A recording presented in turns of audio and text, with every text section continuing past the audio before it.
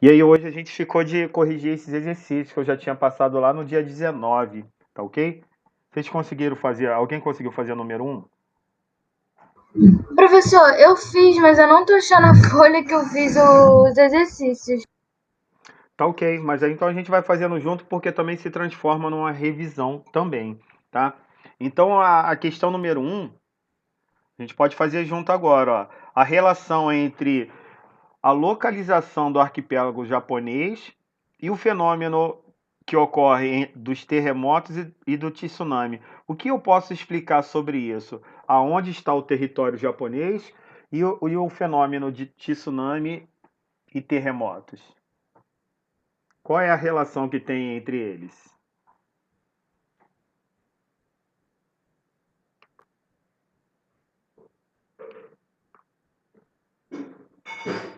Alguém fez? Quer falar? Quer escrever?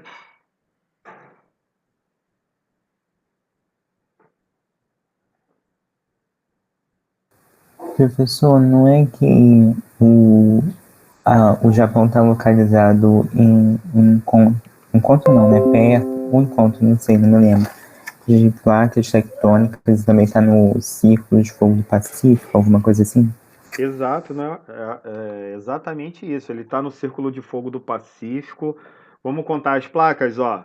Euroasiática, placa do Pacífico, placa norte-americana e placa Filipinas. E aí então a gente pode melhorar, ó. Tá no encontro de quatro placas tectônicas. Então é a região de maior instabilidade tectônica do mundo, né?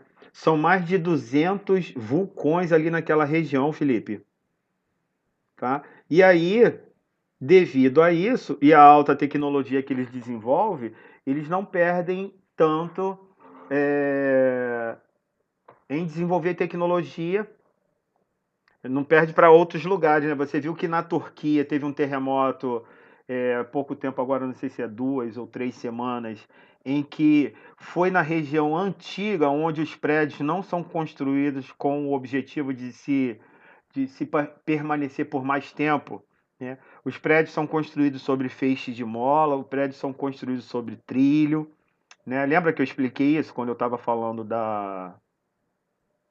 sobre o Círculo de Fogo do Pacífico? Dá um ok, quem lembra, quem não lembra, senão eu posso explicar de novo. Eu lembro. Tá? É muito importante isso, porque tem até um sistema de amortecimento, amortecimento a ar, que a casa, ela.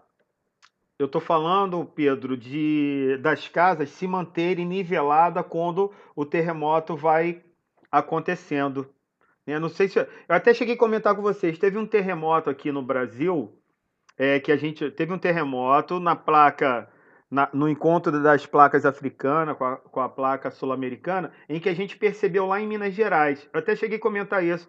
Parecia que tinha alguém atrás da prateleira do supermercado balançando a prateleira, porque a gente não tem o costume de ver terremoto aqui no Brasil. E foi o de maior intensidade que eu já percebi pela filmagem, né? Parece que tem alguém abaixadinho que sacode assim, ó, faz assim com a prateleira, aí começa a cair os produtos de cima da prateleira. Vocês chegaram a ver essa reportagem? Eu vi alguma coisa sobre esse terremoto, mas eu não prestei tanta atenção assim, não pesquisei tanto. Não, mas se você viu a reportagem, né? Eu é que tô comentando, né? Parece que tinha alguém ali, porque não é comum nós falarmos que existe terremoto no Brasil, por conta da gente estudar que o Brasil ele fica no meio da placa tectônica, não na borda. Mas só que o Japão abusou, né? O Japão tá na borda de quatro placas tectônicas. Então é a área de maior instabilidade do mundo, tá ok? Era esse comentário que eu estava querendo fazer. Já a número 2, gente, nos pede para a gente pensar sobre o relevo do Japão e como o relevo ele vai fazer a distribuição da população pelo território. Lembrando, tem áreas que se tornam anecúmenas, áreas ecúmenas. Lembra que eu coloquei isso, se eu não me engano, não sei se foi na prova ou na TA, que eu perguntei por que existe áreas anecúmenas, né? E quais são as características físicas para ser uma área Nekumi, né? E uma delas é o relevo, né? Lembra que eu falei relevo, eu falei o frio, né? Falei a vegetação, áreas que dificulta é, a habitação, as atividades econômicas, tá? Quem consegue me responder essa?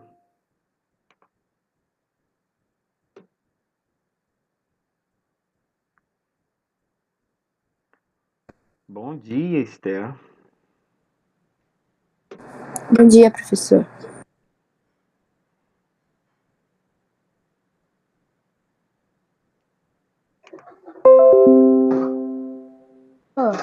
No livro tá falando que o Japão tem algumas partes de relevo muito montanhoso, que tem montanhas de mais de 3.000 metros e dificulta a ocupação humana. Então, Isso eu mesmo. acho.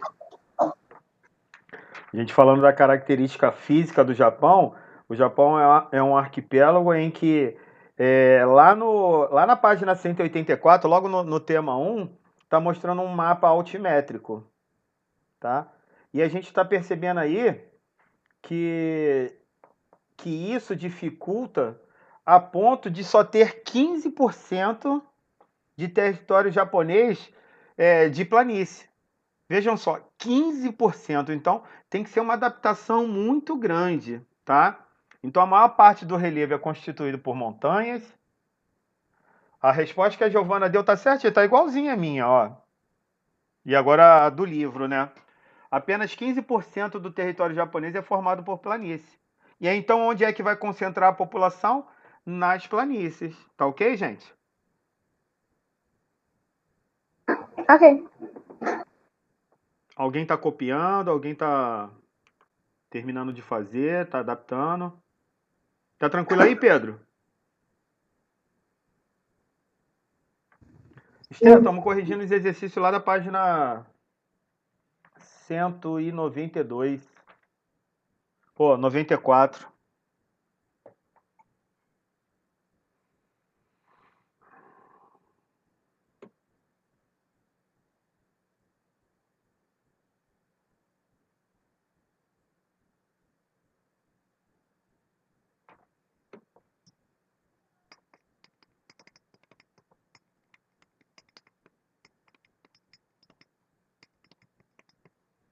Posso avançar? Sim. Bora lá. Qual a importância do Japão no contexto internacional do leste asiático? Então aí a gente está falando de Japão, a gente fala de economia. Alguém conseguiu fazer essa?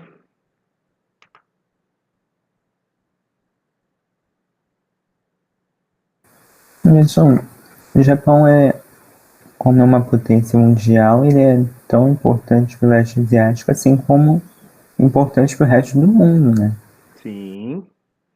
Ele começa sendo importante, Felipe. Lembra que eu falei do período da Guerra Fria?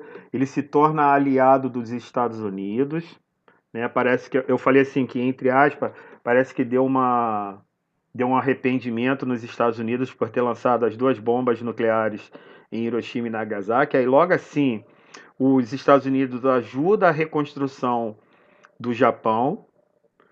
O Japão volta a ser uma potência e ainda ajuda os tigres asiáticos a se transformarem em plataforma de exportação. Foi assim que eu expliquei isso para vocês, tá? Então ele teve importância tanto no cenário do leste asiático, quanto na importância para o resto do mundo. Tanto político como econômico, Felipe. Ó, o que você respondeu aí, só que está com outras palavras, mas aqui é uma sugestão, tá? Papel estratégico, político e econômico para os Estados Unidos aqui, além de ser aliado dos Estados Unidos, não. Para os Estados Unidos, porque lembra que eu falei que o Japão ele foi muito importante no período da Guerra Fria para que os países não se tornassem socialistas, tá?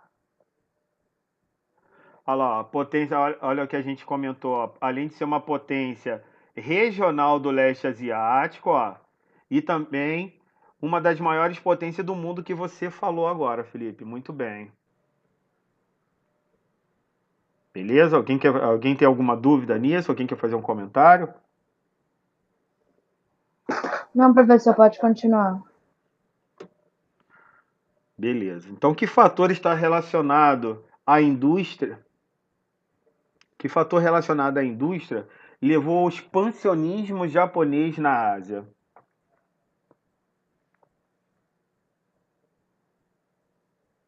Foi. Não sei, desculpa.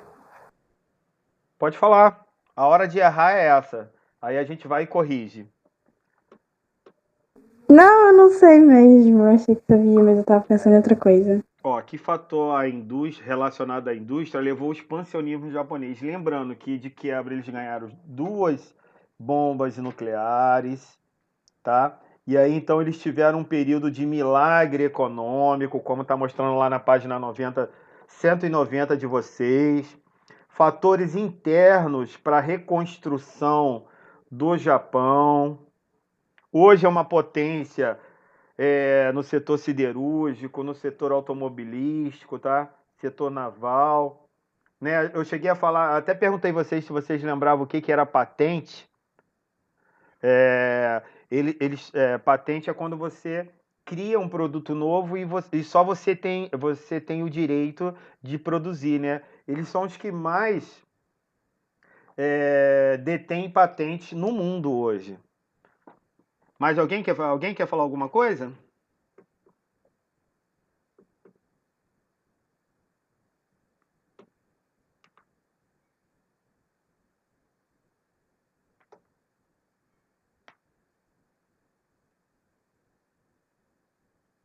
Então, o expansionismo na Ásia, como eles são grandes potências, mas ao mesmo tempo eles não têm o quê? Vamos pensar assim? A gente falou falou sobre o relevo, falou que é um arquipélago.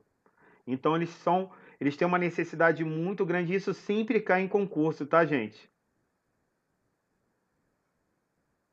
O expansionismo japonês na Ásia faz com que eles tenham que ter a influência aqui, ó, a influência na região do leste europeu. E então, o fator relacionado à indústria, ao expansionismo japonês na Ásia, além dessa sugestão que o livro está dando aqui. Eles são maior potência industrial, mas eles têm a necessidade de matéria-prima, porque eles são um arquipélago, é um conjunto de 4 ilhas só. Tá ok?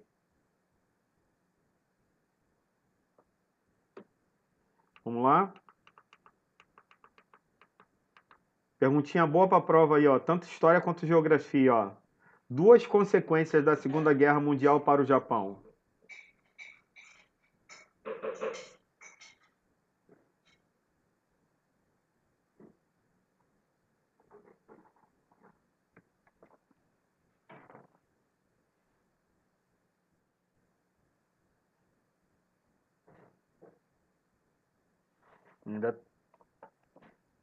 Ainda tô lá na página 189 do livro de vocês, gente.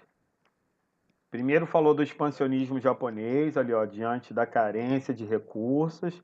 Agora, o fim da supremacia japonesa e falando o fim da Segunda Guerra Mundial, que foi de 39 a 45. Estão vendo aí a página 189?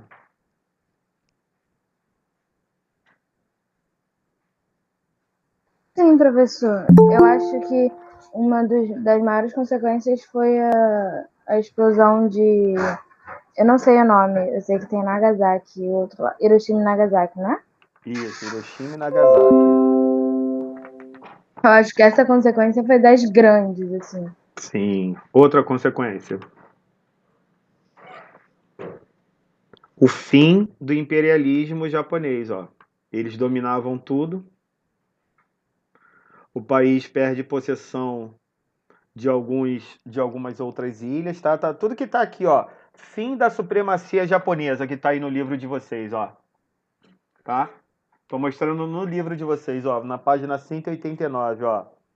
O imperialismo japonês no Pacífico se chocava com os interesses dos Estados Unidos.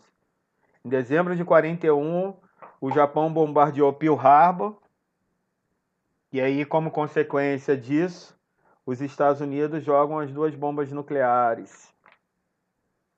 Que aí vai para a página 190, fala lá, ó. Bomba nuclear e o fim da guerra no Pacífico.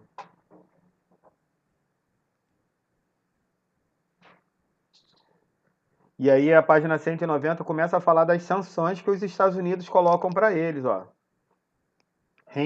Aí eles se rendem para os Estados Unidos, eles ficam impedidos de possuir forças armadas. Aí a partir daí que eles vão se tornar o principal aliado dos Estados Unidos ali, porque os Estados Unidos eles criam um plano para ajudar a reconstrução do território japonês. Que aí já é a segunda parte aí, que aí já é a pergunta número 6, ó. Explique o que foi o milagre japonês. Alguém conseguiu fazer essa ou consegue fazer agora?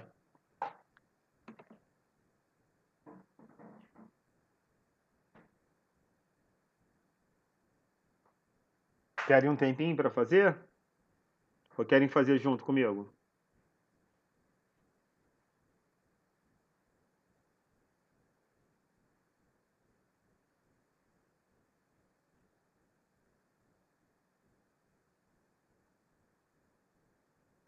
Professor, não foi investimento estadunidense na economia japonesa para sua recuperação? Também. É como está aí no livro que eu estou falando para vocês, Felipe, ó, na página 190, ó. Os Estados Unidos investiram bilhões de dólares para evitar o avanço do comunismo na Ásia. Como é que ele ia garantir isso? Aí dando todo o respaldo para um pacto de proteção.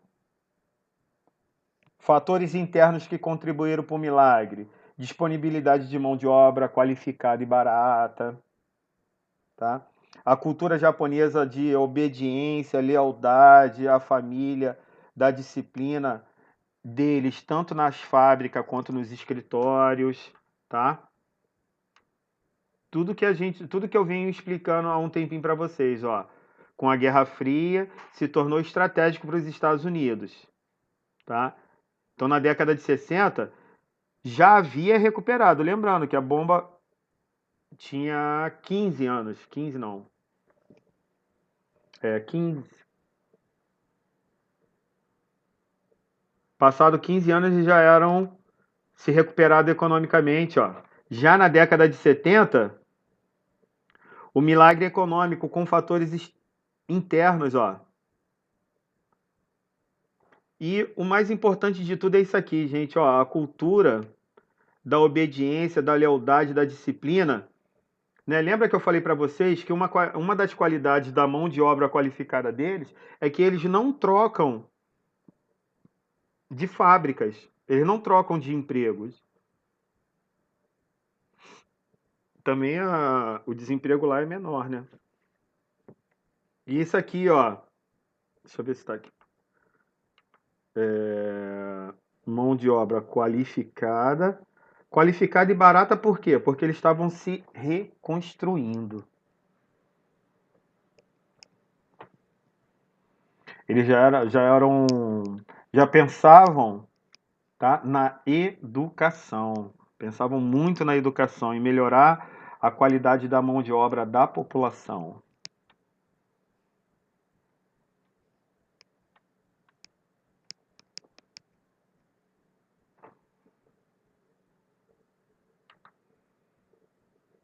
Por que chamam de milagre? Porque de 45 para 60, ó, na década de 60 já havia se recuperado economicamente. 15 anos de diferença.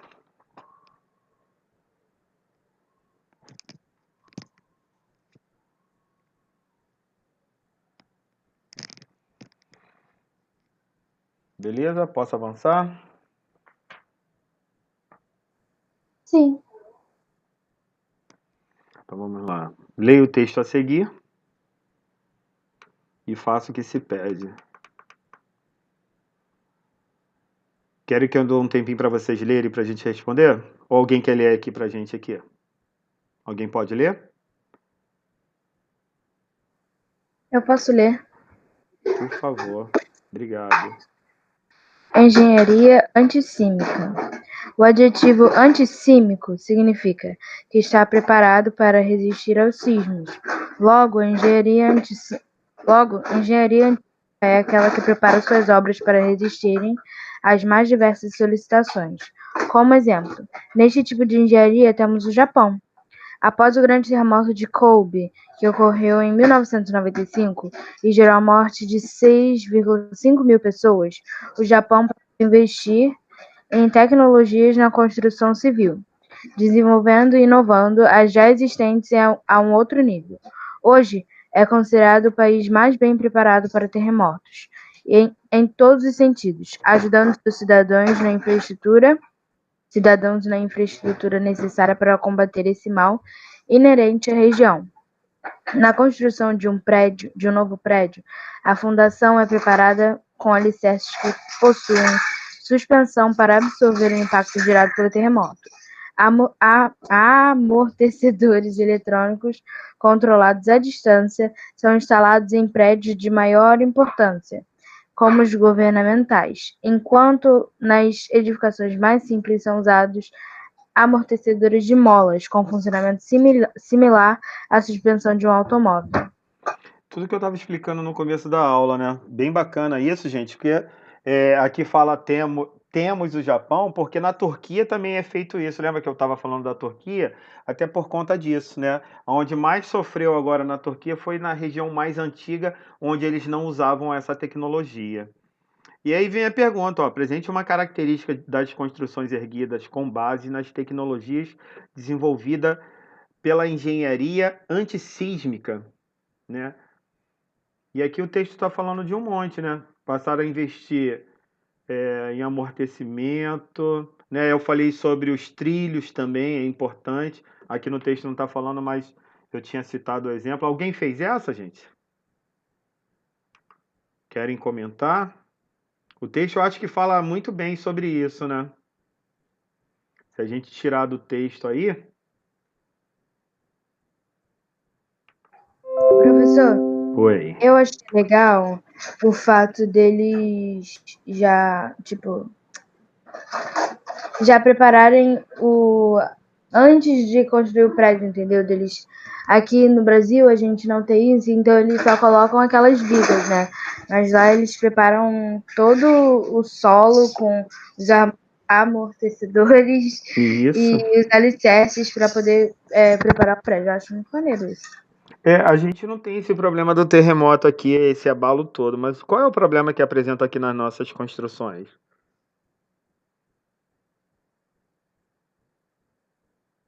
Vocês já ouviram falar em desmoronamento de casas, né? Teve até um caso agora lá do Rio das Pedras, vocês viram que os prédios caíram? Alguém lembra? Eu vi, professor. Oi? Eu vi isso. Você vê, que tecnologia foi usada ali?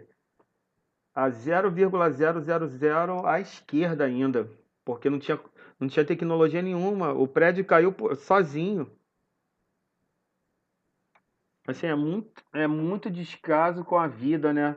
Então essas tecnologias, a gente aqui nem usa tecnologia nenhuma para construir, e principalmente aquelas pessoas que moram em costas, né? Não sei se vocês já viram, mas está noticiando direto que as chuvas vão aumentar o volume, e aí quem mora em costa fica logo com medo de desabar tudo. Aí você vê, o Japão já pensa nisso. Olha como é que as políticas públicas lá no Japão é totalmente diferente da nossa. E olha que a gente nem terremoto tem, a gente tem chuva, mas aí eu não sei se eu já comentei com vocês, né? Uma área aqui em Nova Iguaçu que está numa encosta, que chove, que alaga, vai destruir tudo. Por que que é diferente lá do Alto da Boa Vista? Por que que é diferente lá de São Conrado? Por que que é diferente nesses bairros residenciais onde moram pessoas de alto poder aquisitivo, né? Já pararam para pensar nisso? Né? Lá no Alto da Boa Vista, eu lembro que da última vez que eu fiz um evento ali no Leblon, gente, ali no Mirante do Leblon, a casa era construída no pé do morro, tá? E toda ela bem estruturada com vários elevadores, gente. Porque se tiver que subir alguém com algum tipo de deficiência. Mas a casa, sim, ela foi construída pensando na chuva, no desmoronamento. Diferente de quem não tem poder aquisitivo para construir qualquer tipo de casa, né? Você vê lá em Rio das Pedras caiu, né? Tem mostrado que eram as milícias que estavam construindo, eles já iam vendendo e a pessoa ia morando de qualquer jeito, não é barato, tá? Então as nossas construções são totalmente fora do padrão para a gente pensar no que aconteceu lá no Japão em 95, 6,5 mil pessoas morreram, mas o terremoto de 1910, gente, lá no Japão, em Kobe também, foi pior. Foi mais de 17 mil pessoas. Então, olha como futuros engenheiros aí, se alguém pensar em fazer engenharia, olha como é que a gente pode pensar num tipo de construção barata, mas um tipo de construção que a gente pode reforçar a casa de quem mora no entorno dos rios, né? Lembra que eu sempre falei com vocês? Tem gente que mora dentro da bacia hidrográfica. Aí, quando chove, qualquer água que cai, que aumenta o volume do rio, vai para dentro da casa dessas pessoas. E se morar na encosta, vai deslizar tudo, tá? Só para fazer uma comparação do que acontece aqui no Brasil. E a B, gente, na sua opinião, a tecnologia da engenharia antissísmica se encontra disponível para todos os países que ocorrem terremotos? O que vocês acham? Professor, na Turquia tem a tecnologia disponível, mas não é em todos os lugares, entendeu? E não é em todos que tem essa tecnologia, não. Onde foi que teve. Acho que foi na América Central que teve um. Não foi terremoto, mentira, errei aqui, mas teve algum desastre natural também agora e eles não estavam nada preparados, entendeu? Então não é em todo lugar que tem isso. Isso, essa tecnologia. E não é uma coisa cara, gente. A gente só precisa de políticas públicas voltadas para isso. Você falou muito bem, a gente tem falado a gente veio falando a aula toda sobre a Turquia, né? Países desenvolvidos é mais fácil ter isso, gente. Mas onde aconteceu na Turquia é a região mais antiga do país, tá? Países menos desenvolvidos. Qual país menos desenvolvido que tem terremotos? Não sei se vocês vão lembrar, gente, mas vou citar um exemplo aqui do Haiti, tá? O Haiti em 2010, ou não sei se foi em 2000, não, acho que foi em 2010. O Haiti ele sofreu um terremoto, desmoronou tudo, tá? Eles não tinham tecnologia nenhuma Até hoje eles sofrem consequências desse desse terremoto. terremoto. Eu lembro que teve até um jogo da seleção para arrecadar fundos para eles, para reconstrução, pelo menos dos prédios governamentais. O Brasil até se colocou à disposição pela ONU para poder patrulhar lá o país, né? Porque tava em pandemia. Mas você vê, né? Se não tiver recurso, a gente não consegue fazer nada. Aí fazendo a comparação aqui, se acontece isso no Brasil, gente, estava lascado, né? A gente já está lascado por conta da gente ficar triste, da gente ver um vizinho, da gente ver uma reportagem mostrando o prejuízo que eles têm, a perda de vida que tem aqui, só no Rio de Janeiro que eu tô falando, né? Imagine em outros locais. Vocês estão vendo a reportagem falando sobre lá o Amapá? Que eles estão no escuro, né? Já há mais de uma semana. Eu vi, professor, um desastre isso. E Você não vê tem nem prévia de por volta. que o governo federal não ajuda, gente? Não dá para entender isso. Por que o governo do estado não ajuda? E se não tiver, gente, reportagem mostrando sobre isso, né? Se a população lá não começar a fazer uma enxurrada de vídeos e postar nas redes sociais, não tem como a população ficar sabendo. Você vê, são poucas coisas que aparecem sobre lá, sobre aquela região ali. Eu vi uma reportagem mostrando uns peixes de quase 10 quilos, gente, que estava sendo jogado fora porque não tinha luz para poder refrigerar eles. Então, assim, a gente precisa muito entender o funcionamento do nosso dia a dia, entender as políticas públicas para a gente poder cobrar esse pessoal aí. Minha amiga estava falando que até hoje a Alerj, né, que é a Câmara dos Deputados Estaduais, eles não fazem sessão lá, mas eles ganham como se fizesse sessão lá. Ganham o auxílio combustível, ganham o carro, ganha todos os benefícios como se eles estivessem trabalhando lá. Mostrou várias reportagens falando sobre isso. Por que que nesse período de pandemia não houve um corte, né? Só eu falando como cidadão, tá, gente? Por que que esse dinheiro não foi revertido para ajudar essa população? Vocês viram que a ganhadora do prêmio Nobel ontem estava no Fantástico? E aí mostrou logo a reportagem aqui, as pessoas passando fome aqui em Nova Iguaçu, gente. Absurdo, mas as pessoas passam fome. A pobreza está aumentando cada vez mais aqui no Brasil. Mas enfim, né? Futuros cidadãos bem preparados como vocês vão saber dialogar sobre isso, né? Não precisa se meter na política, mas saber que a gente precisa se defender. Porque olha o que acontece aqui no Japão, ó. Característica do território japonês justifica a realidade desse tipo de obra aqui, ó. Isso aqui é um aeroporto, gente. Que característica de construção é essa? Por que que esse aeroporto está dentro da água, gente? É isso que está falando aqui, ó. Leia a legenda e responda. A legenda, ó, o Aeroporto Internacional de Kansai, em Osaka, foi construído em 88 e 94 e está localizado em uma das diversas ilhas artificiais. Essa foto é de 2017. Por que que o território japonês eles têm que construir aqui esse aeroporto aqui dentro, gente? Professor, eu não sei bem não, mas na minha ignorância, Na sua eles não têm. inteligência, você vai começar a responder e a gente vai complementar. A gente leu que eles não têm. Que tem a maior parte do relevo do Japão é formado por montanhas que dificultam a ocupação humana. Ou seja, já tem menos espaço para a população humana habitar em si, entendeu? E a questão dos terremotos, eu acho que seria mais seguro colocar dentro da água, eu não sei.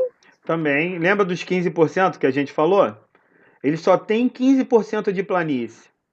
E tem como um avião subir uma montanhazinha, mesmo que seja 200 metros, para poder decolar ou para poder aterrissar? Então eles têm que Não. construir aqui novos espaços, ó. Ilhas artificiais.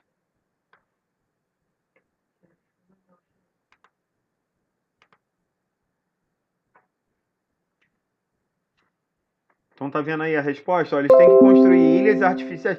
Isso porque eles estão. Aqui é um aeroporto, tá, gente? Mas tem casas também sendo construídas dessa mesma forma aqui.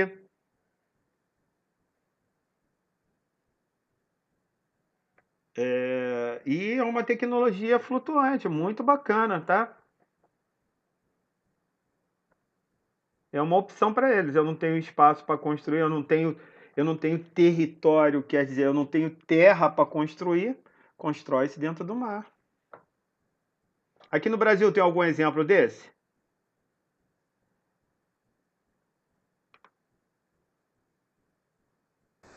Professor, desse jeito não. Sem ser aeroporto? Algum bairro que foi construído assim desse jeito? Ah, teve aquele negócio ali na parte da Pedra do Sal, no centro. Grande parte do centro também e o aterro do Flamengo. Exato aí. Então a gente tem exemplo, Felipe. Viu como é que dá para fazer? O Morro do Castelo, ele foi retirado. o aterro que saiu dali foi jogado todo ali na Urca, foi jogado ali em frente à igreja de Santa Luzia. O bairro da Urca, todo ele é construído em cima desses aterros, tá? Então tem como a gente pensar nisso, mas é só para a gente pensar em exemplos, tá? Olha quanto tempo a gente já usou essa tecnologia também, tá? Muito bem, Felipe, lembrou legal.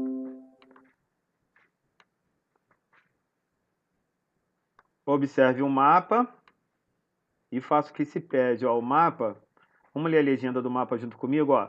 Tá mostrando um mapa de região industrializada, quase todo o território, ó. Arroz cultivado em campos alagados. Acho que é o que eles mais fazem, né? Culturas variadas e frutas, tá? Vários outros produtos. E florestas. Por que tem bastante floresta, né? Região de altitude, né?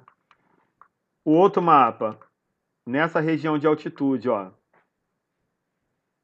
Então, ó, pouquíssimo região de planície, né? O verdinho aqui são as planícies. E o que está pedindo para a gente fazer? De que assunto tratam os dois mapas? Verifique as informações que eles contêm e dê título para cada um deles. Qual poderia ser o título de cada um deles? Bem simples, gente. Não precisa pensar em coisas mirabolantes, não.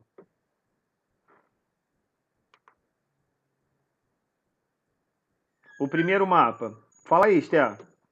Posso chamar esse primeiro mapa de quê? Sara. Participa aí, Sara. Yasmin, escreve aí, Yasmin. O primeiro mapa está falando sobre o quê? Quais são as informações da legenda? Baseado na legenda, eu posso dar o título do mapa. Dá um título aí, Juliana.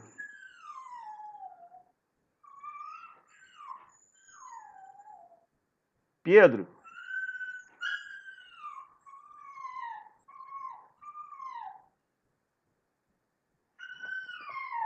Gente, espera aí que eu vou fechar minha porta ali que a cachorra tá chorando. Ela tá presa.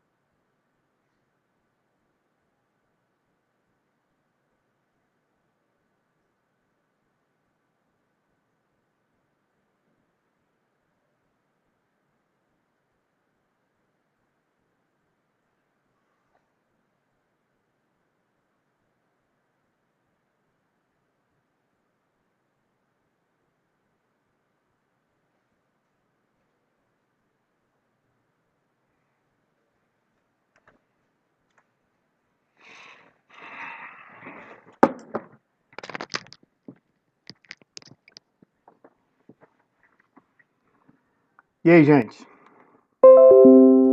O que eu coloco aí como título pro primeiro mapa? Professor, seria mais ou menos a atividade que cada região exerce? Sim, qual é a atividade que o primeiro mapa está mostrando? Atividade econômica, cultivo, cultura, Perfeito, perfeito. indústria.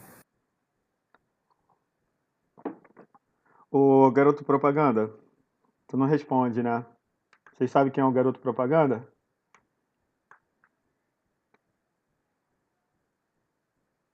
Garoto propaganda da escola. E o segundo mapa, Felipe, o que eu coloco? Relevo. E simples assim, tá? Olha aí, ó. O primeiro mapa está mostrando aproveitamento da terra para agricultura, uso da terra, uso do solo. Mapa mostrando atividades econômicas. Ó, mapa físico, mapa de relevo, tá dando no mesmo, tá, ô Felipe, do que você falou. E o segundo mapa tá mostrando o relevo, relevo brasileiro, é mole. O relevo japonês. Então a gente pode chamar de mapa de relevo.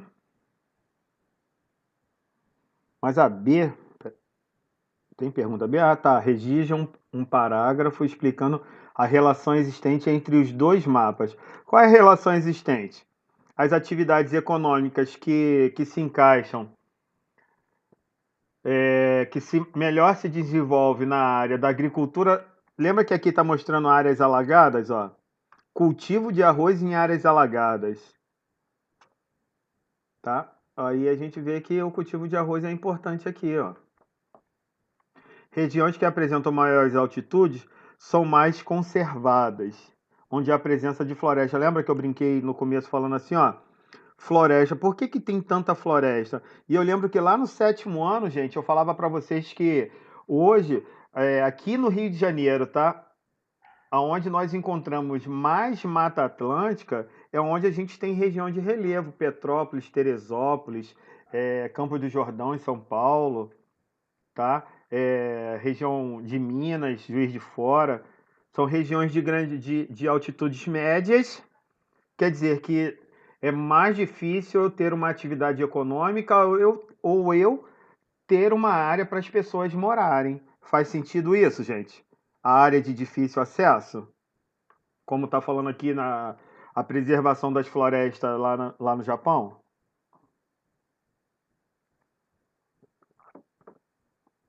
Sim, professor, a atividade vai se relacionar com o relevo. Exato, perfeito. Já que vocês estão entendendo isso, eu posso. Tanto é que eu trago a atenção do que a gente até já estudou no 7º ano, tá? Evolução do PIB, ó, de 1960, a partir do milagre econômico, até 1917. Vamos ver, ó, em trilhões de dólares, ó.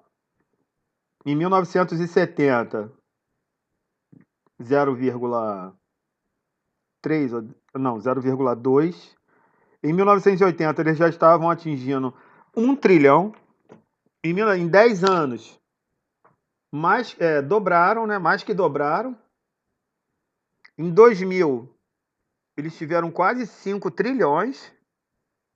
Em 2010, eles tiveram 5,7 trilhões de produto interno bruto. Deu uma declinada, mas não tão dispendiosa, vamos dizer assim, né? Não tão significante, porque eles ainda estavam em quase 5 trilhões de dólares.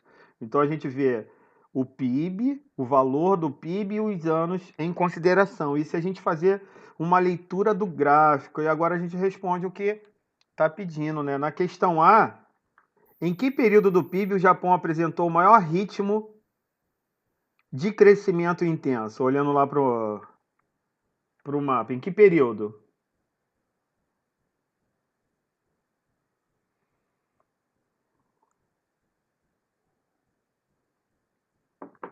Dá para ver 2 períodos aí?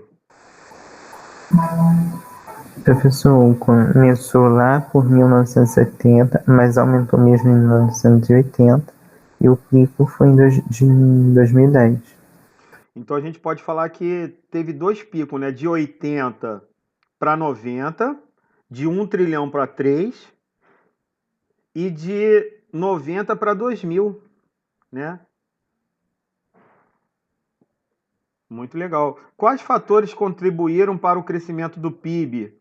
Crescimento do PIB aqui a partir de 1970 para 80 e de 80 para 90. Aí a gente já falou, né? A gente falou da ajuda dos Estados Unidos aqui, ó, conforme eu falei para você, Felipe, ó. A gente falou do milagre econômico, a mão de obra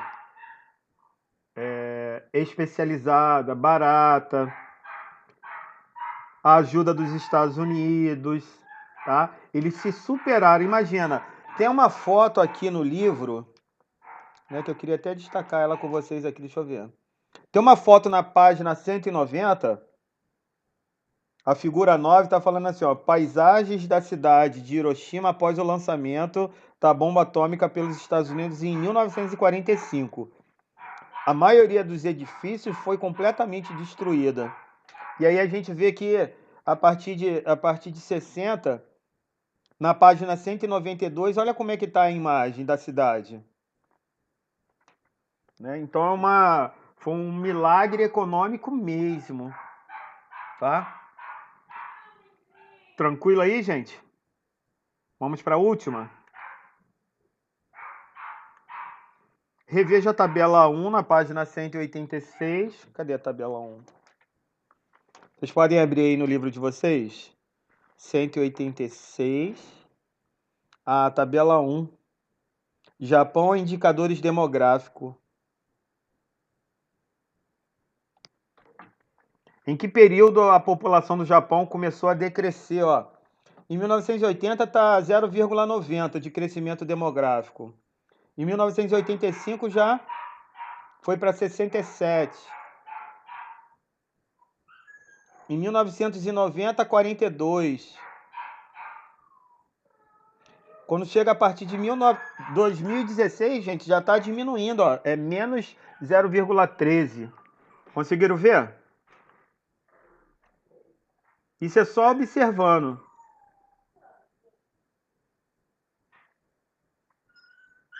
Decrescer quer dizer, está crescendo negativamente, ó. Quando é que cresce negativamente? De 2010 para 2016. Tá ok? E que motivos contribuíram para isso? Aí são os motivos que a gente fala sobre os países desenvolvidos como um todo. Redução da taxa de fecundidade, baixo número de nascimento, taxa de natalidade. Tá bom? E quem é que vai suprir a mão de obra depois? Os decassegues. Lembra que a gente fechou falando sobre os decassegues lá na página 187, quando a gente falou da pirâmide etária deles?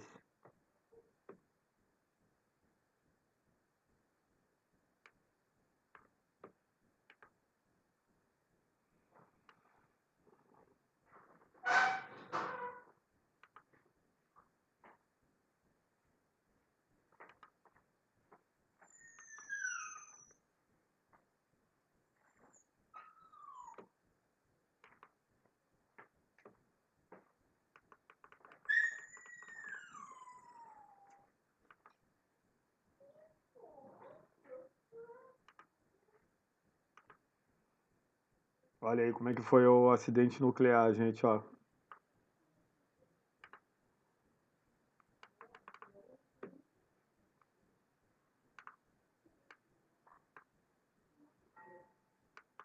Ih, não tô conseguindo, gente, mais. O que houve?